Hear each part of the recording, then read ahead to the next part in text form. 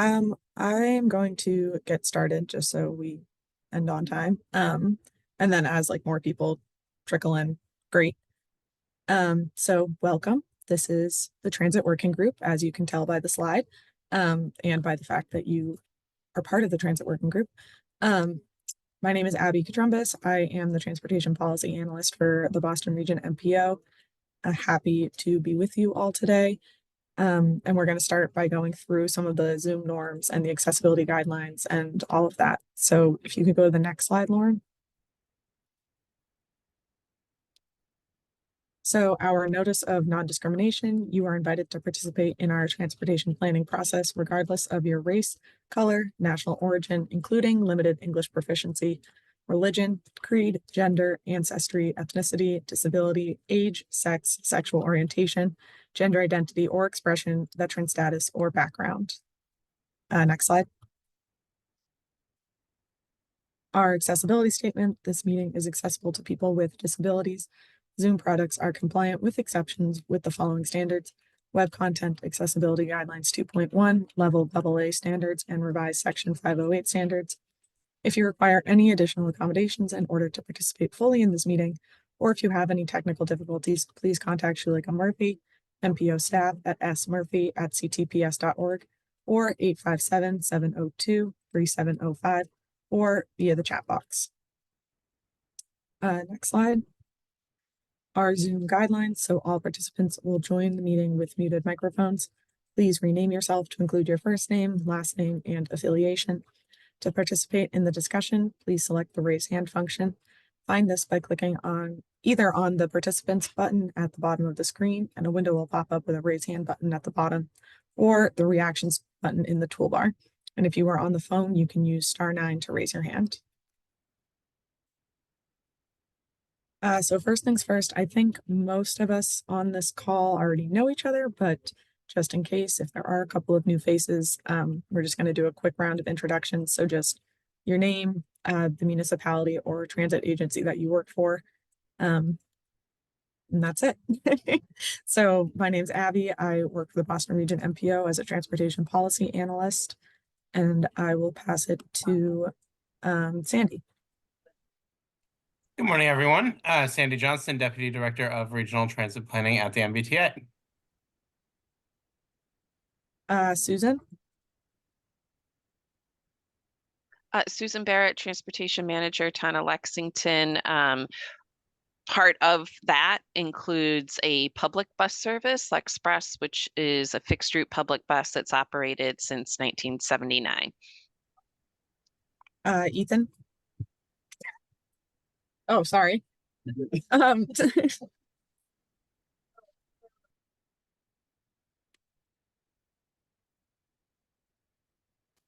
Good morning, everybody. I'm Ethan LaPointe. I am the Transportation Improvement Program Manager with the Boston Region MPO, and I had just stepped away from my desk for a second, so sorry about that.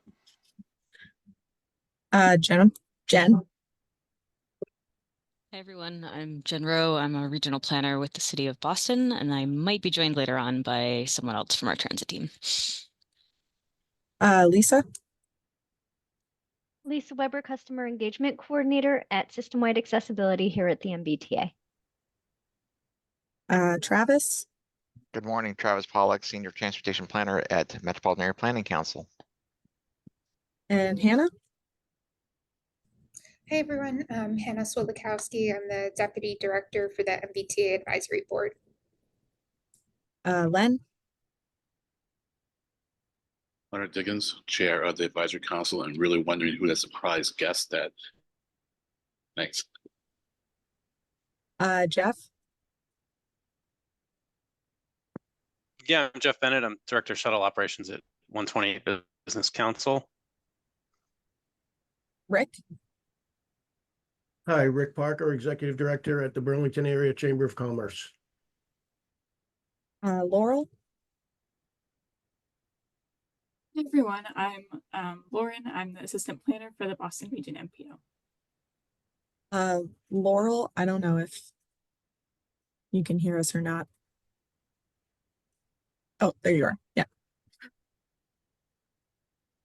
So sorry, I had to take a quick call, an emergency. So are we just doing introductions here? Yes, if you don't mind, if you have to step off, that's totally fine. Oh, not at all, not at all. I wrapped it up. Yeah, I'm with the City of Medford. I manage the CDBG funding for the city, but currently I am also managing a transportation working group, which is looking at the transportation needs, particularly for our elderly and disabled residents, and how we might be able to better serve those needs. Lillian? Hi, I'm the Director of Public Services in North Reading, and I work with our Transportation Committee, very similarly focused heavily on the needs of disabled and senior residents, but we have surveyed all residents to find out what their transportation wishes would be should we find funding. Jay? Hi there, Jay Flynn. I'm with Transit Matters. I'm a volunteer and all-around gadfly. Jason? Good morning, everyone. Jason Palich, Executive Director of the 495 Metro West Partnership. Apologies, I'm going to be off camera and muted as I am in transit this morning. And Sophia? Good morning, Sophia Gallimore, Director of the Watertown TMA. And then I think that's everybody. If I have missed you, please speak now or forever hold your peace. All right, I think we're good. If you could go to the next slide, Lauren. So for today's objectives for what we want to get out of this meeting is one, after listening to like all the feedback from last meeting, smaller group discussions are very popular. So we will be doing a small group discussion for information sharing across members. The topics for that are in the agenda, and then I will also be putting in the chat in just a couple of seconds a discussion guide document for those small groups. And from that, once we come back together as a larger group, it would be great to be able to determine a list of topic priorities for the next several meetings. So beyond just sort of like workforce challenges, like what parts of workforce challenges do we actually want to focus on? So more specific topics and discussion areas for that. We'll be splitting into breakout rooms once I put the guided discussion document in the chat, which I just did. Let me know if anybody has any trouble accessing it. It should have full editor access for everyone. And we'll be splitting into four breakout rooms. The number of your breakout room will correspond with the topic. So if you are breakout room 1, then you will be doing scheduling coordination, breakout room 2, workforce challenges, et cetera, et cetera. And during those, designate one person as a note taker just for sort of clarity and to make sure that we're not just, just for clarity and summarizing when we come back together. Where did my Zoom thing go? There it is.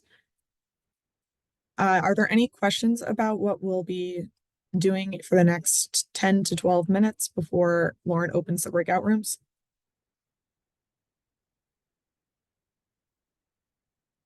Nope. Okay, great. Lauren, if you could open the breakout rooms, then that everyone is back. I hope you all had wonderful discussions.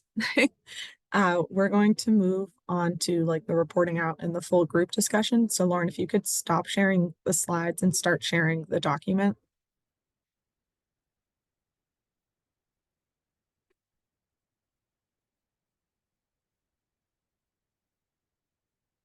Alrighty. I think most people probably have this up on their own screen anyways, but first things first, so we'll go around and the like designated reporter from each group, if you could just sort of summarize what your group had talked about, anything interesting, anything that you wanted to discuss a little more in depth, and then kind of opening the floor to the whole group, because of course, with only 10-ish minutes, not everybody, we weren't all going to get to every single topic. And I know that specifically question like the first one, scheduling coordination, and then 4, funding, people in the RSVP form express a lot of interest in, so I'm assuming there will be some good discussion with that. So without further ado, if group one, if you want to report out in a brief synopsis of what you talked about, that would be awesome.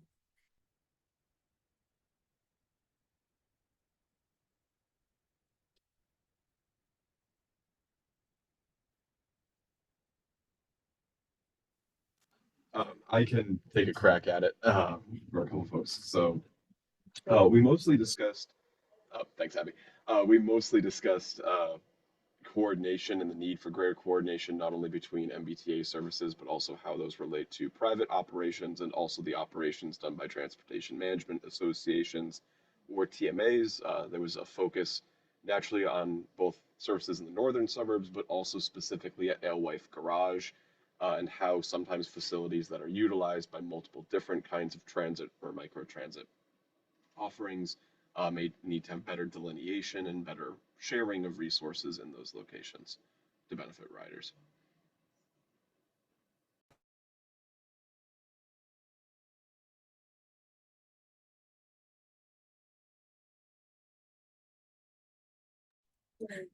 Yeah, does anybody, oh, Susan, I see your hand is raised.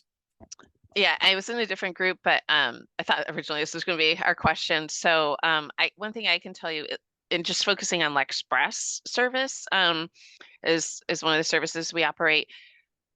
We do reach out to the LRTA and MBTA about coordination.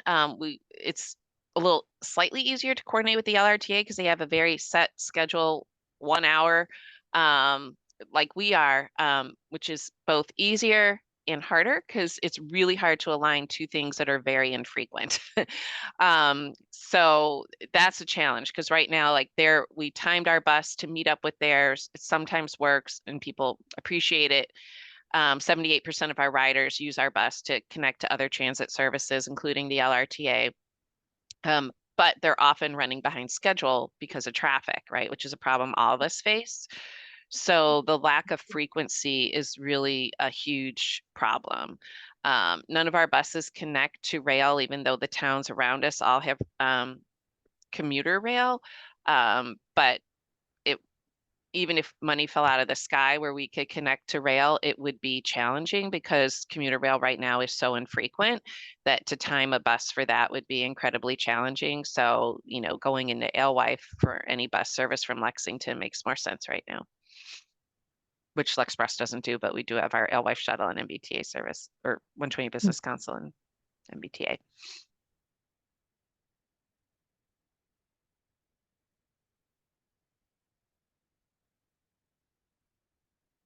Jen?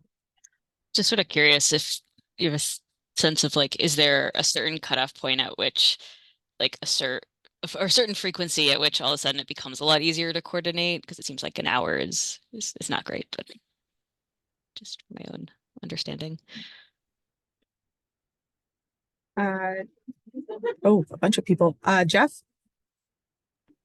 I wouldn't say that there's a set frequency. It's more like a sliding scale. The more infrequent services get, the harder it becomes. But whether riders are willing to put up with that depends on in reality how critical that need is for them to make that connection. Do they not have options? So it always becomes that sense of we don't know how many folks we're losing because we've just made the process too difficult, so that they're just not even trying. It's very hard to get feedback on people who either don't know that the option exists out there, or they've just dismissed it because they've given up that it's too difficult. So, Susan made the exact same point that we talked about very briefly in our session, or I talked about. It was how we have one shuttle service that connects off a commuter rail, and we're kind of always chasing the commuter rail schedule.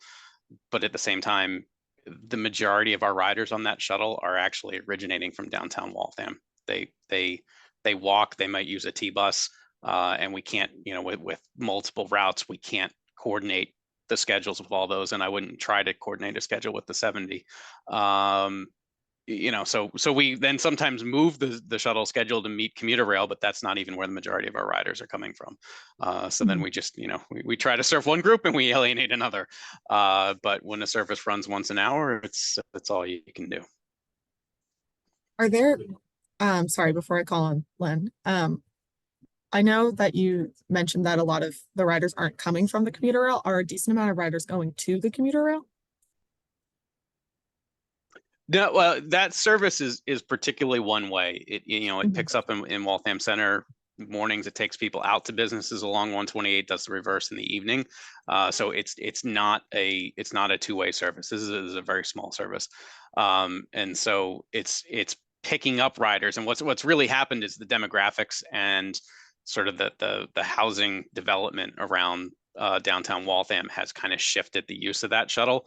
We're seeing a lot of cases where there has been, quite a few new residential developments in downtown Waltham, whether you're talking big scale, complex type development, or just the evolution and the frankly the renovation and the of the existing housing stock. So that's where the core of our riders are coming from. There are folks actually who are maybe being somewhat strategic about where they live and looking for a place where they have transit connections and something that can get them to their workplace, even if it is out in an office park on 128. Len? I was thinking about Jen's question, and I'm thinking that we probably have some research on that already, and so it'd be kind of good to consult that research. If not, then it'd be good to survey me on that question. I know for me, that sweet spot or that spot that cutoff, that threshold is 30 minutes, because if I miss something that's every 30 minutes, then it's okay generally for me to wait another half hour, based on my psychological profile, but also I think on my ability to then get to my destination, at the time expected. When it's once an hour, I generally will not consider the service, unless I just absolutely have no other choice, because if I miss then the wait is another hour, which generally just isn't going to work. So, but like I said, that's me. It'd be good to either consult the research that's already been done, or to maybe do the surveying ourselves to find out what our population feels is the threshold which they'll consider using the service, that then needs to connect on the service, and it's halfway. That's it. Thank you. Sandy? Yeah, a couple of thoughts. First, on the kind of threshold for connections question, I think broadly in the transit planning world, both in the States and internationally, you see kind of two approaches to this question. One is to kind of connect with overwhelming frequency, such that you don't need to worry about timing if you miss something. That is obviously not our reality outside of some of our very core urban areas. The other one is really specifically timing connections very intentionally. And then the threshold for usability becomes one of reliability and trust, not so much one of headway. And this is what you see to a certain extent, especially in Switzerland or in Germany. It's really kind of a German-speaking world transit planning approach, where they will try really, really hard to create intentional timed connections across an entire network. So that the service frequency may not be amazing, but that you're going to have a really efficient trip because everything is very intentionally timed to connect. We all of us here who are transit operators know that there are lots of reliability problems for a wide variety of reasons, traffic, vehicles, operator availability, whatever. But I think that might be a more promising approach that we might see in some areas. And, a lot of smaller transit agencies, the T doesn't really do this, but some of our RTAs will operate a pulse approach at a key terminal where all the buses come together at around the same time and then leave at about the same time, which is the same principle.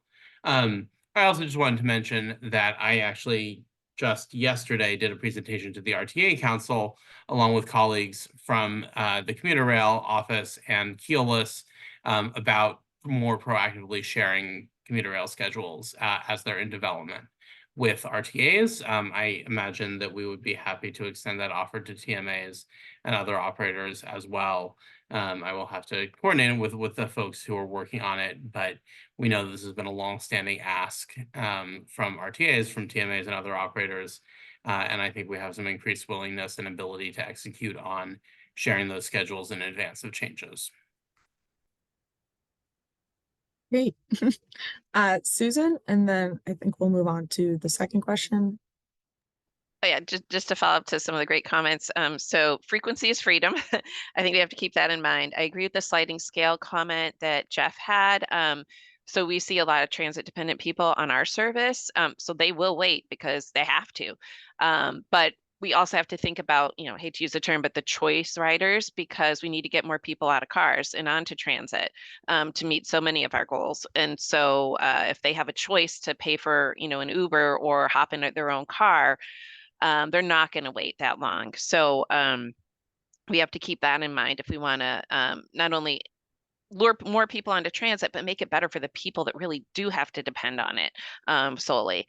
And then in regards to the conscientious, well-timed connections, yeah, I agree with Sandy. We do that, like at least we can do it with our Lexpress buses, but since people are trying to connect to other services, you know, like if a Lexpress runs late and we know someone's transferring, our driver can page over to another driver, say, hold the bus, I got someone that needs to make that connection.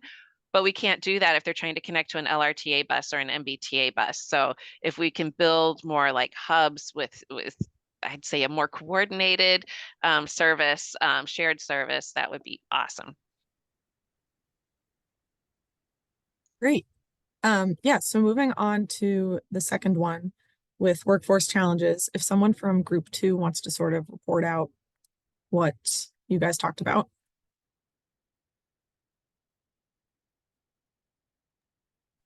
I have notes for the group. I'm Lil with North Reading. North Reading uses, so the question was, what type of driver workforce do you have? Is it employees, contracts, and what hiring and retention challenges, what type of schedules do they work? So North Reading uses sort of all of the above, with the caveat that all of our municipal drivers are part-time, none of them benefited. And we also use volunteer drivers, which wasn't on the list, but they're our primary source of medical transport. And I'd say contract vendors are expensive, and hiring our own drivers was difficult when we were paying below market rates. But like other folks in the group, increasing to market rates recently has good promise for service reliability if we can fill our subs in other positions. Retention is good once drivers start, and also heard that from Watertown that retention is good. It's just getting people to take the job in the first place. And again, market rates make a difference. And Metro West uses a regional transit authority, and Boston uses the MBTA for all of their service. So we had a mix of backgrounds in there. Yeah. Does anybody have anything else that they want to like add or ask? Susan. So like I can share about Lexpress. So for us, we have contracted out to a third-party private vendor ever since 1979. We just don't have the capacity to garage vehicles here, maintain them. It would be far more costly if we did it in-house because we'd have union wages we would have to pay, in our service, like for our DPW, that would be the logical maintainer of the service. You know, they'd have to be overtime after 3:30 p.m. So for us, it's more cost effective to outsource.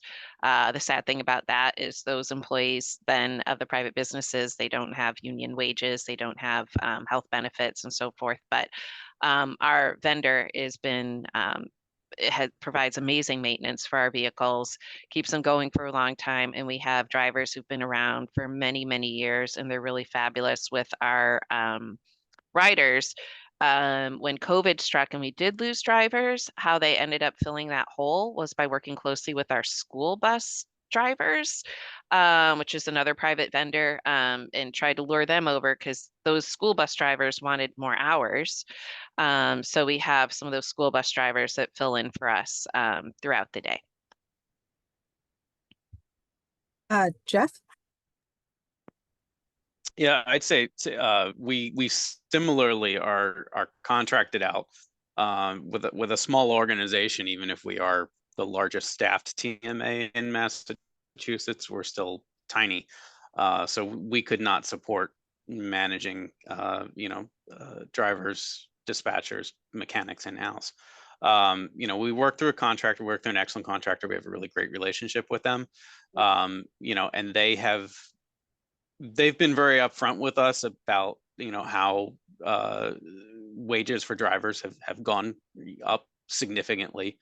And, you know, we also run a very complex operation. So we need to keep high caliber drivers on our service, both for customer service, safety, and just the complexity.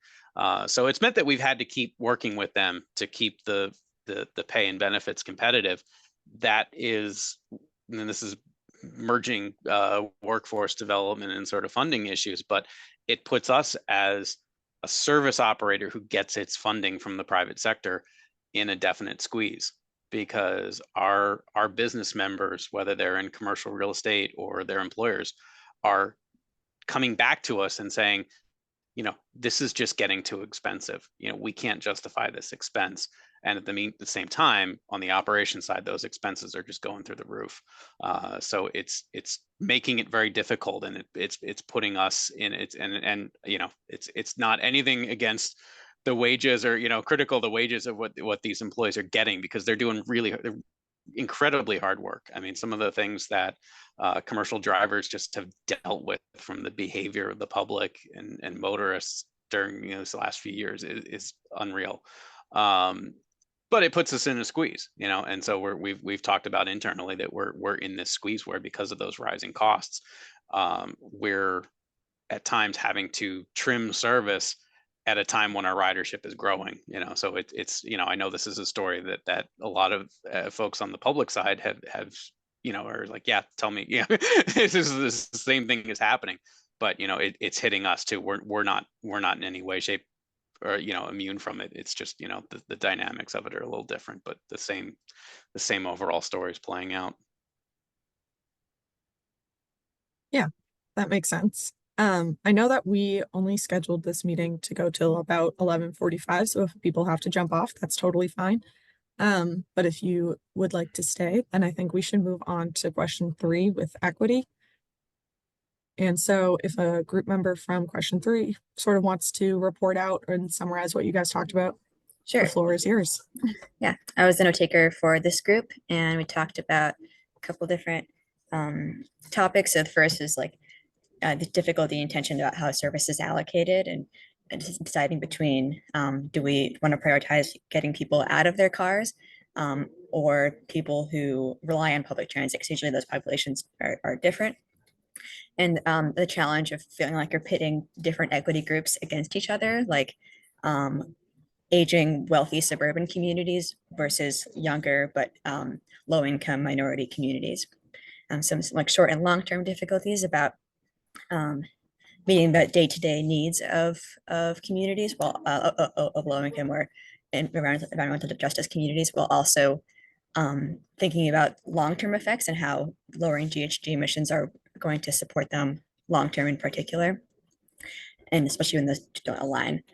And if maybe transit isn't always the best solution for some low-income workers who might work in or live in exurbs or work not maybe not near transit, and how best to support those people. And lastly, we talked about maybe what sort of data we need, and kind of the basic question of where do people want to go, when do they want to go there, and for what purpose, and maybe taking a specific look at non-commute trips like social, medical, childcare trips that may be being under supported.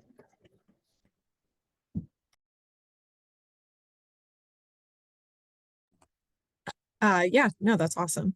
Thank you for that. Does anybody else want to chime in with questions, comments, experiences? Susan? I'll make it quick since I know I talk a lot. So I really wish we could get to a point where everything is just purely public. I mean, and what I mean by that, we enhance public fixed route transportation to serve as many people as possible. And then outside of that, because there will be people that, whether it's due to a physical, mental, cognitive inability, or just an inability to truly serve an area well with fixed route transit, then we have a shared demand responsive service. Maybe it's on demand, maybe it's not, but whatever. I think it has to be shared as much as possible, because anytime we have all these segregated services, it's just so complex. Like even the fixed route, I mentioned how I have people, they've got to go through 3 different services, LRTA, L'Express, MBTA. But you talk about demand response and it's even a bigger mess, right? Because of all the different demographics served separately by different agencies. It's really a complex toolbox for people to access.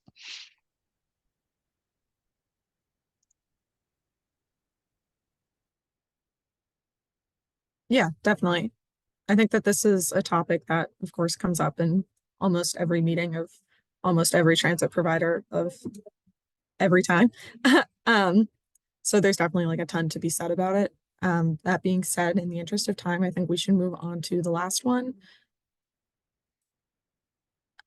So funding, again, this is obviously a hot topic and could be talked about for like 4.5 hours. But given that's 11:47, if somebody from group 4 wants to chime in with the summary of what they talked about, and then we can chat a little bit, and then yeah, and then I will come up with a longer document, or I'm sorry, a shorter document sort of summarizing all the points that everybody made and some potential topics, and I will send that out after the meeting. Okay, Len, go.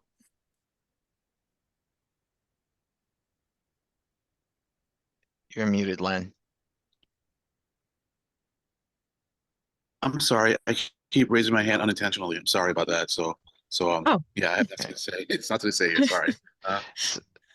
I'll just add for group 4, I took notes, but it was Susan talking about her experiences or the operations with L'Express. I know, Susan, you want to chime in on a short version of what we talked about? And the reason I started going on is I was originally the only transit provider in the group, but I did see at the very end we had 2 others, and I think one was from MWRTA. I'm not sure who the other was, so I wonder if we want to hear from those people since you typed up my notes. Do you remember who had popped into the room? I wish I did. I'm sorry, I don't. So Tyler, was that you? Yeah, Tyler. Yeah, that was me. And I apologize. I arrived late because I was in another meeting, but I'm not being blind. I'm not able to see what I'm not sure if the questions here are displayed here. I don't know if you want to summarize what they are. I can. Oh, the question was, what is your primary funding source? That was the first question.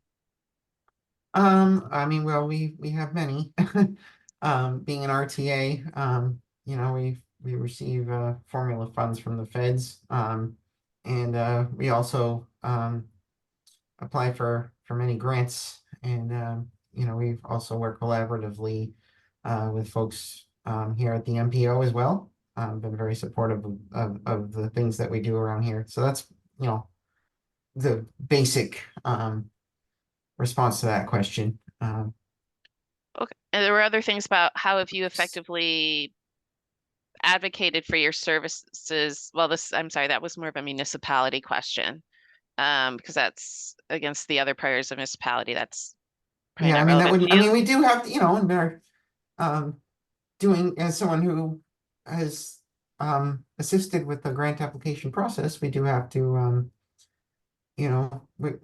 I'm aware that we do a lot of outreach in the community, and we need to, a lot of it is surveying what does the community want, what do the riders want. Working with the folks here at the MPO has helped propel many of our initiatives as well. And it's really just trying to make a case for why our services are important. And we've been able to, thanks to a lot of state contract assistance that we've received, we've recently been able to expand our services to evenings and weekends. Great. Was there another question? Let me see what I guess there was another one. What financing structures have been easier to deal with than others? Is that one you have an answer for? So I don't really deal directly with finances. I'm not really able to. That's someone that may be more geared toward the grants manager or administrator, but forgive me for that. But we do have folks that work very well to ensure that those processes are followed adequately. Forgive me for not being able to provide a more concise or effective response, but No problem. No, thank you.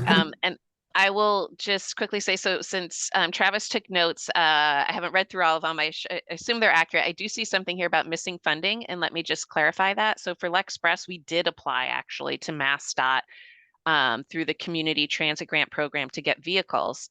And in fact, they even sent me out to Metro West RTA when I asked, can I tour someone who has the type of vehicle I would like that they offer?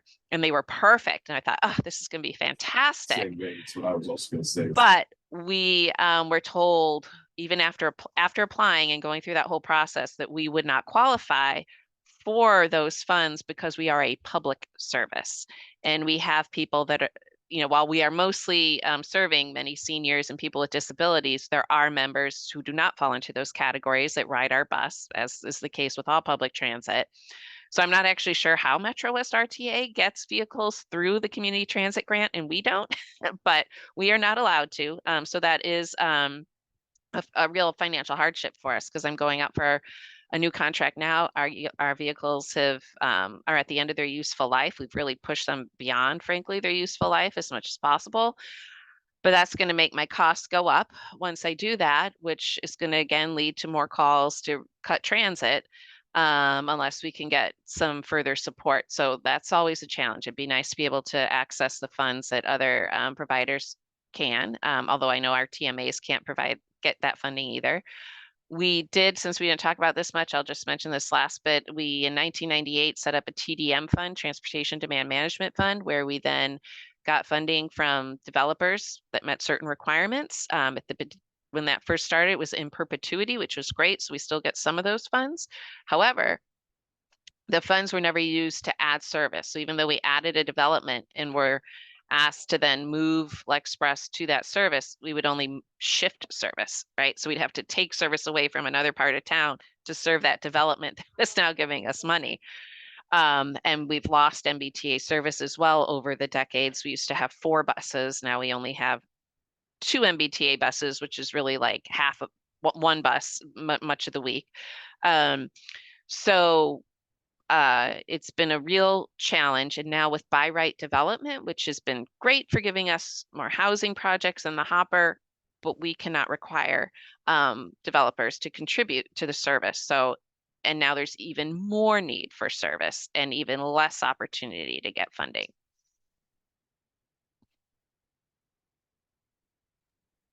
What changed from when the TDM was first started with the in perpetuity payments? Like, was there a state regulation that changed? Was it town meeting? Actually, some of you I have asked that question too, because I am not really sure. What I have kind of heard was that through in 2013, again, this is prior to my time here, I guess a determination was made by the town's legal team and town manager that we really could not do in perpetuity. I don't know the full story behind that, but I kind of wonder, honestly, if the Nolan and Dolan cases that I'm sure you're all familiar with eventually led to that. And I think it might have also been seen as like, this is like a tax. And then the only way you could even do this is if you were definitely serving that property very distinctly, so which is challenging when it's public transit, right? So, yeah, so that's, and then right now though, the new thing is with the by right zoning, we can't require it. We can ask, hey, can you give us a donation, but we can't require it. Gotcha. Okay, that makes sense. Does anybody else have anything that they want to add before we move on to members items? Jen? I just wanted to note that I'd be happy to connect offline or connect you, Susan, with the folks who do our TDM work, because I'm not entirely certain on the details, but I'm fairly sure we require folks to at least to be members of TMAs, and that kind of implies a ongoing payment there. But yeah, happy to dig into more of those details to see if yeah, there's yeah, let's definitely talk offline if you could. I'll send you my email in the chat. That's good. All right, awesome. So Lauren, if you could go back to sharing the slides, and then all that we really have left is member items. So does anybody have any sort of updates on municipal projects, grant awards, or applications that people have been working on or have received? Any events coming up, any expanded service? I know MWRTA just said that they're able to expand to evenings and some weekends. Anything anyone wants to share? I can just briefly state, can you hear me? Am I on mute? Yes, you're good. Okay, good. I'll just briefly state that we are still we're working on winding up stage 1 of our Blandon Energy and Sustainable Storage Technology project that we applied for, or we received an award for, I should say, through the USDOT SMART program.